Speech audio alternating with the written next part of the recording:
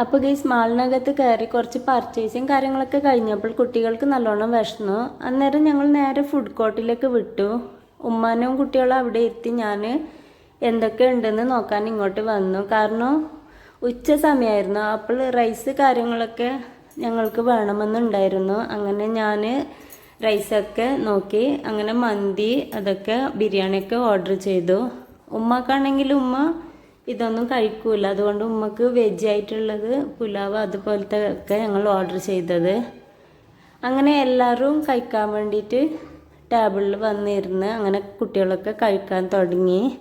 ഞാൻ അവർക്ക് ഇതൊക്കെ സെർവ് ചെയ്ത് കൊടുത്തു. ബബ്ബൂസ് ആണെങ്കിൽ എന്തൊക്കെ അവിടെ നിന്ന് പറയുന്നുണ്ടായിരുന്നു. സിസ്റ്റർ ആണെങ്കിൽ അവൾ കുട്ടികൾക്ക് വേറെ എന്തോ ഓർഡർ ചെയ്തു. അവർക്ക് ചോറ് വേണ്ടെന്ന് പറഞ്ഞ് അങ്ങനെ ഞാനും കുട്ടികളും നല്ലോണം കഴിച്ചു. അടിപൊളി ടേസ്റ്റ് ആയിരുന്നു. അതിനിടയിൽ റാപ്പും കൂടി ഞങ്ങൾ